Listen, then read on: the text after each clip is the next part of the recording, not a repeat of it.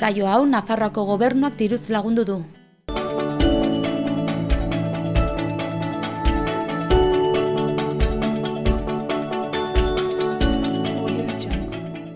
Ongetorria Kaperilaren lauko saio honetara.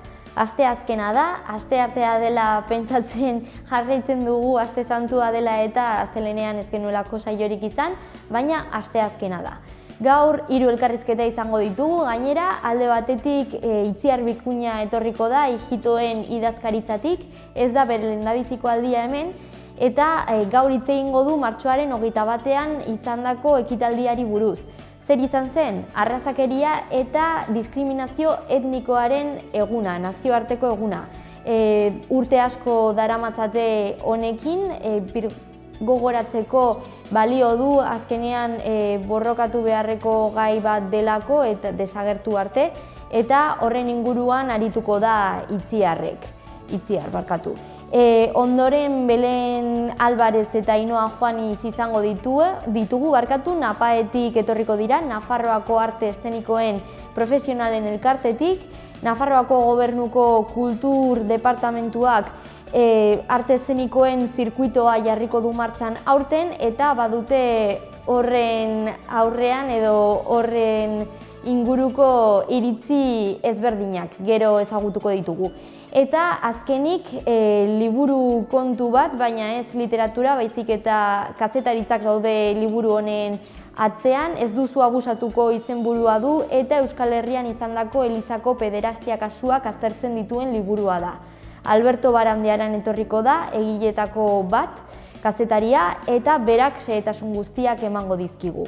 Ondoren, saioa bukatzerakoan musika on atala izango dugu gaur. Orain dela 2 aste begiradak zikloa izan zen Zabalguneko, San Jorge Zibiboxean, eta han ekitaldi edo kintza ikuskizun ezberdinak izan ziren, eta guk Musas eta Fusas konpainiak eskainitako Askezu Askeni mikroteatroan edo mikromusikalean egon ginen eta gero ikusiko dugu. Baina, lehendabizikoz, has gaitezen, gaur gauza asko ditugu ikusten duzuen bezala, has gaitezen gaurko efemerideekin.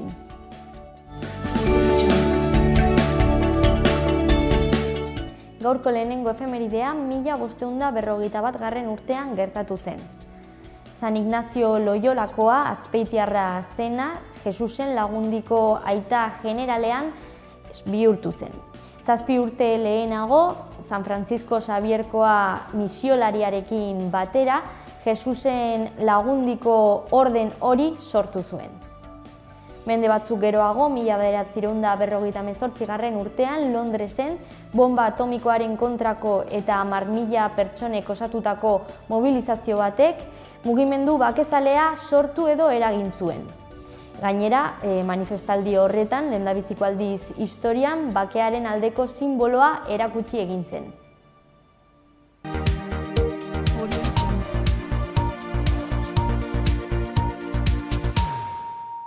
Goazen orain gaurko titularrekin Aitziberren eskutik.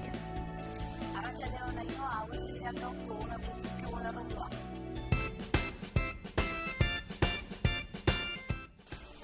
Asteazken honetako albisteekin hasteko langabeziak jaitsiera apala izan du martxoan. Nafarroan lanik ez duten pertsonen kopuruak 78 lagunetan dela.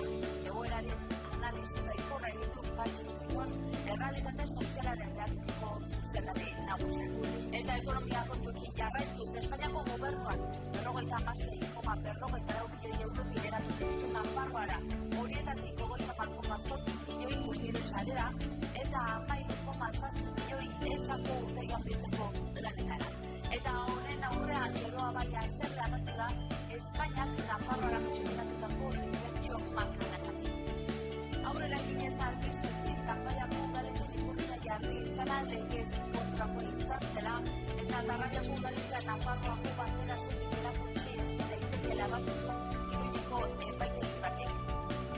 Independentistak sareak uste du igandeko martxak ilusio berriak piztu dituela. Iruñan 18.000 herritarri inguru elkartu zinela adierazi du plataformak. Eta eraso sexista bat salatu dute Iruñean, Aberri egunean, Karmen kaleko herriko tabernak antolatutako kontzertu batean eman zinerasa, herriko tabernak eta baita independentista sareak ere gertatutakoa salatu dute. Era istripu baten berri eman bat dizuegu, gaia arriskutsuak zeramatzan kamioi bat iraulita, Arga ibaiak isubia eraginda. Eta gaurko albistekin bukatzeko, liburuaren egunaren gaietara, apirilaren 23an, Carlos Hirugarrenaren etorbidean ospatzen den azokan parte hartu duten liburu dute, apirilaren 12 arte eman dezakete izena.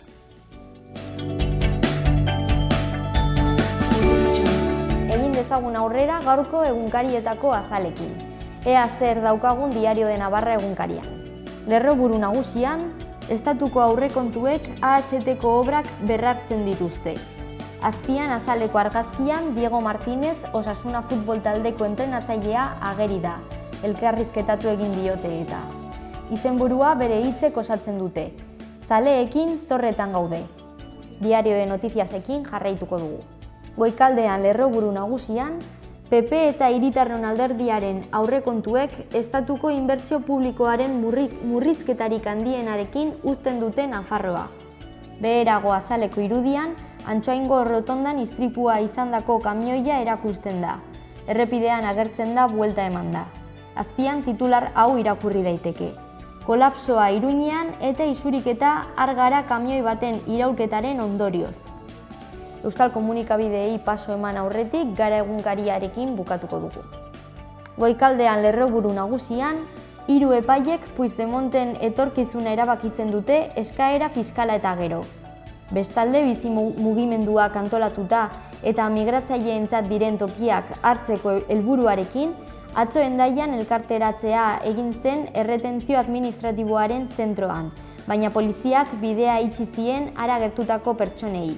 Han egon ziren adibidez Txetxe Etxeberri edota Jose Bobe, eta hori da hain zuzen ere azaleko irudian ikusi daitekeena. Eskuinean lerroburu hau dago.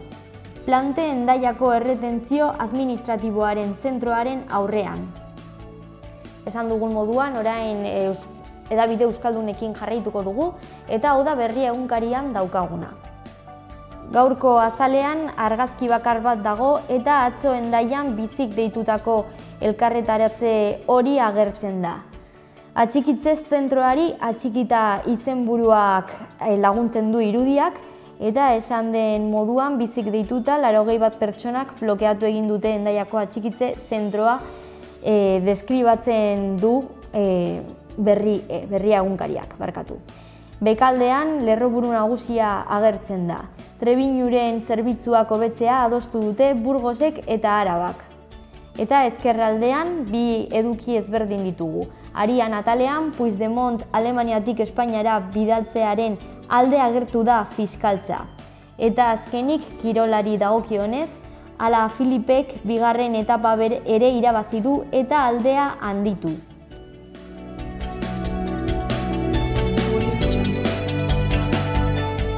Batzuk oporretan jarraitzen dute aste santua dela eta beste batzuk ez, baina guztientzat aste honetan Iruñerrian ekintza ezberdinetaz disfrutatzeko aukera izango ditugu eta horregatik orain gaurko eta aste honetako agenda aurkeztuko dizuegu.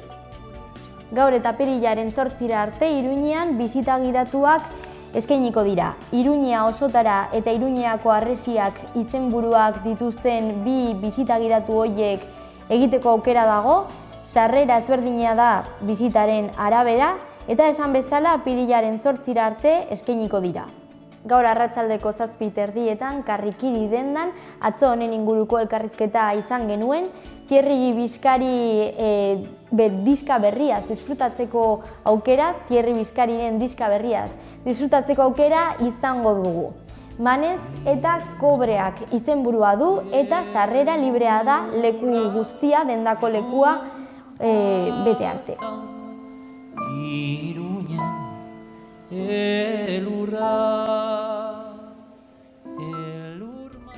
Bihar eguerdiko 12etan Zabalguneko Zibiboxean Odeimagoaren magiaz disfrutatzeko aukera ere izango da. Euskeraz izango da eta esan bezala Zabalguneko Zibiboxean. Sarrera librea da, baina goinbidapena behar da. Horretarako gerturatu Zabalguneko Zibiboxera, ara, eta ordu bat lehenago, ikuskizuna hasi baino ordu bat lehenago, goinbidapena doainik hartu. Eta tira fuerte, fuerte, beldurrik gabe, fuerte! Bihar arratsaldeko 6etan Atarrabiako kulturetxean aurrendako antzerkia euskeraz. Erpurutxo, sarrerak 3 euro balio du. Eta gaur karrikirira joan ezin baldin bazarete, aukerarik ez baldin baduzue, ostegunean Thierry Bizkariren diska berri hori Manez eta Kobreak izenburua duenak ezagutzeko aukera ere izango duzue Nafarroako Unibertsitateko Museoan. Hori bai, sarrerak 12 euro balio du. Tximeletak etorki, tximeleta. Eta amaitzeko ostiralean arratsaldeko 7:30 errefuxiatuen aldeko jaialdia kontzertu ezberdinekin egingo da. Pasaren astean honi buruzko elkarrizketa ere izan genuen. Sarrerak 10 euro balio du eta joan ahal ezin baldin baduzue ara joan ere laguntzeko beste erak daude eta horretarako Helpna edo Mediterraneo eren webguneak bisitatu eta hor zintzilikatutak daude bankuaren kontu horiek diru sarrera edo diru laguntza hori sartzeko.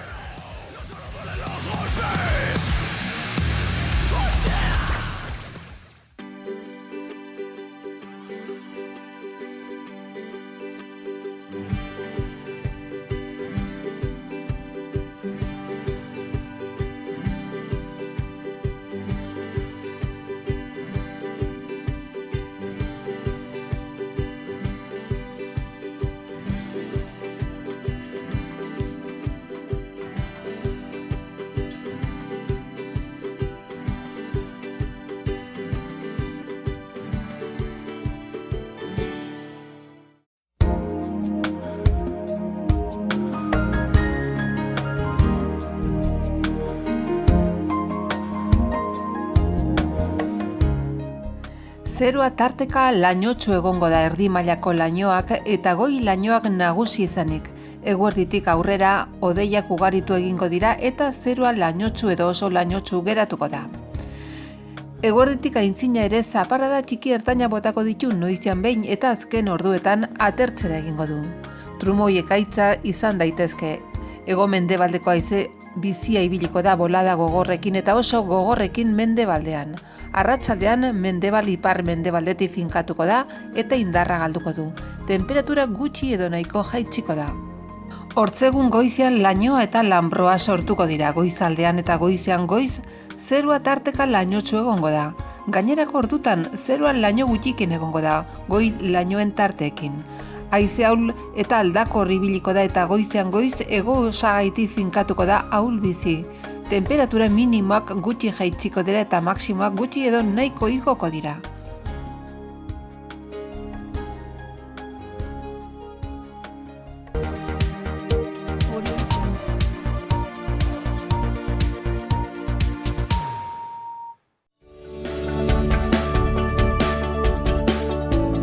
Iruñerriko albisteak ikustera pasako gara orain. Lehendabizikoz Galarko zendea. Apirilaren 13an hirugarren adinentzako irteera egingo da.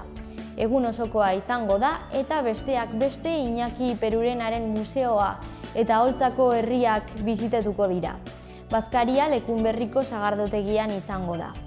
Guztirako prezioa 5 eurokoa da eta apuntatzeko epea apirilaren 8an bukatuko da.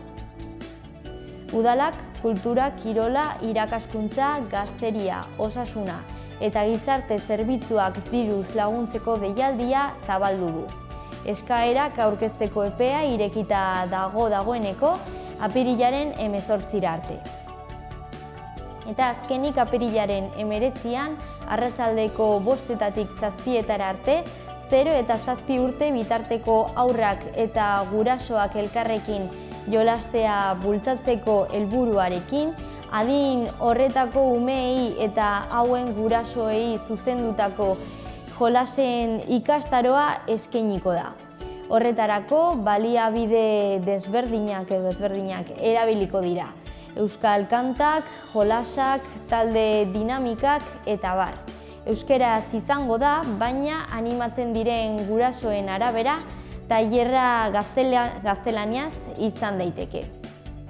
Izen emate epea apirilaren 17an amaituko da eta inskribatzeko euskara abildua zendeadegalar.es postara idatzi behar da. Eguesibarri dagokionez beste berri hauek ditugu. Apirilaren 7an larunbatarekin arratsaldeko 4etan Eguesibarko 19. duatloia Jorge Oteiza etorbidetik irtengo da. Horren ondorioz, arratsaldeko 3:30 8:00 arte beste bide batzuk erabiltzea gomendatzen da. Taldeka parte hartu behar da eta aurten ere Nafarroako taldekako duatloi txapelketa izango da. Bestalde, Eguesibarko udalak auzokideei aukera eskainiko die ekaineko 8ko festetan txupinazoa nork jaurtiko duen erabakitzeko. Horretarako herritarrek parte hartzeko prozesua abiatuko da. Orain proposamenak aurkeztu ahal dira apirilaren 8 arte, mezu bat igorriz qtewes@gmail.com helbidera. Eguesibarko liburutegiak narrazio laburren lehiaketa antolatu du. 14 urtetik gorako Eguesibarren erroldatutak dauden auzokideentzat edo herritarrentzat. Lanak apirilaren 16 arte aurkeztu daitezke eta 23an sari banaketa egingo da. Oinarri guztiak udalaren webgunean aurkitu daitezke. Amaitzeko, goazen orain Iruña hiriarekin. Asteko Iruñako udalak 75.771 euro inbertituko ditu Belosoko ointzubian obrak egiteko. Mikropiloteseko pantaila bat eraikiko da eta gainera ointzubiko mugimenduak eragindako frontoia eta zonaldeko eraikitze bat lurreztatuko dira.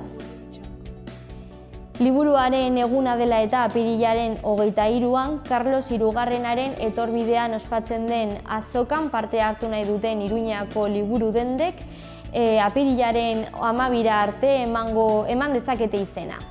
Aurten ekimena antolatzen den 10. edizioa izango da. Gaur arratsaldeko 6etan Mendillorriko Zibiboxean Markeline konpainiak Lluvia deituriko edo izeneko hitzik gabeko ikuskizun bisuala aurkeztuko du. Pasadeen urtean Feten saria irabazi zuen obrak eta sarrerak 3 euro balio du.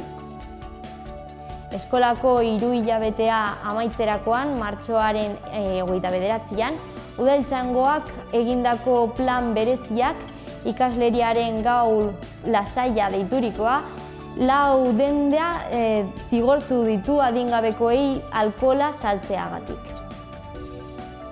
Pasaden astean udaltzaingoak 13 pertsona atxilotu zituen ere alkohola edanda edota gida baimenik gabe kotxean ibiltzeagatik. Horretaz gain, atxiloketak asteko egun guztietan eman ziren eta horretaz gain beste 13 salaketa izan ziren.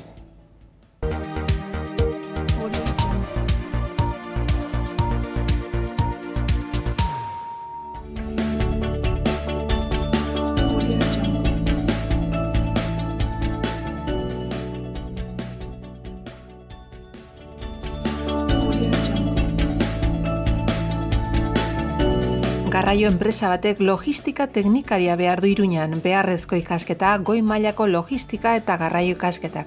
Kurrikulunak bidali ofertas abildua proiseret.es helbidera. Landare baratze eta lorategi denda batek saltzailea behar du lan ordutegia 8 ordu batetara eta arratsaldez 5 8:00. Beharrezko ikasketa maila erdi mailako lorezaintza.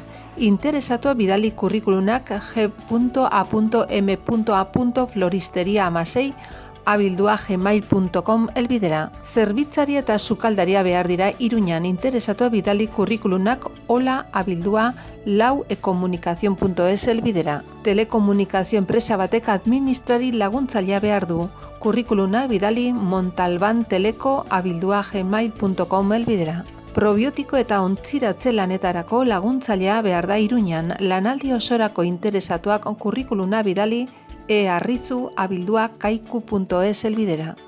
Diseinatzaile grafikoa web orri programatzailea behar da Iruñan, lan ordutegia goizeko 9:00 eguerdiko ordu bitara. Kurrikuluna bidali ofertasdiseiprog@gmail.com elbidera. Ibilgailu tailerrerako elektrizitate mekanikoa behar da Iruñan, beharrezko ikasketak lanbide heziketa elektrizitate mekanikan. Kurrikuluna bidali info@tallerespamplona.com elbidera. Adinekoekin lan egiteko 2 langile behar dira, lanaldi osorako txandaka goizez edo arratsaldez. Kurrikuluna bidali trabajaconnosotros@soleraasistencial.es elbidera. Gauetan lanerako erizaina behar da Iruñan. Kurrikuluna bidali trabajaconnosotros@soleraasistencial.es elbidera. Administraria behar da telefonoz arreta lana, jendeakin egon eta kontabilitatea eramateko lan ordutegia 9:00 ordu bitara eta 4:00 7:00. Kurrikuluna bidali mikelfl007@hotmail.com elbidera. Arraindegi batek garbitasunerako langilea behar du, astean 24 ordu. Kurrikuluna bidali rrhh.pamplona@egidoialeclerc.es elbidera. Aleman klaseak emateko irakaslea behar da Iruñan, astean 4 ordu. Kurrikuluna bidali info@loacart.es elbidera. Piano irakaslea behar da Iruñan, bakarkako ikaslekin lan egiteko, astean 25 ordu. Kurrikuluna bidali info@sebastiandealbero.com elbidera. Xaloa telebistako merkatu txikian lan eskariak edo eskaintzak egin nahi badituzu bidali mezua lanpolsa.xaloa@gmail.com elbidera.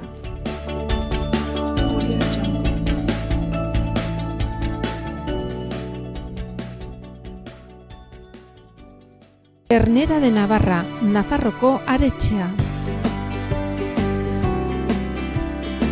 Baserre inguruan eta 4 hilabete arte amaren esnearekin azitutako aretxeak.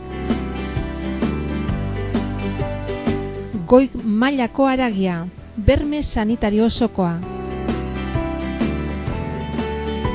Zure mailan Nafarroko aretxea, Ternera de Navarra, geurea. Beti teknologi berriaren aldeko apostu eginez. Bere kalitatean efikazia areagotuz eta betiko sukalde ekonomikaren goxotasuna mantenduz. Aukera handia ekonomiketan. Etxea egongela goxo eduki nahi baduzu, bizita gaitzazu, peletak, lurreko suak, erakusketa zabala. Menditxuri, Don Esteve.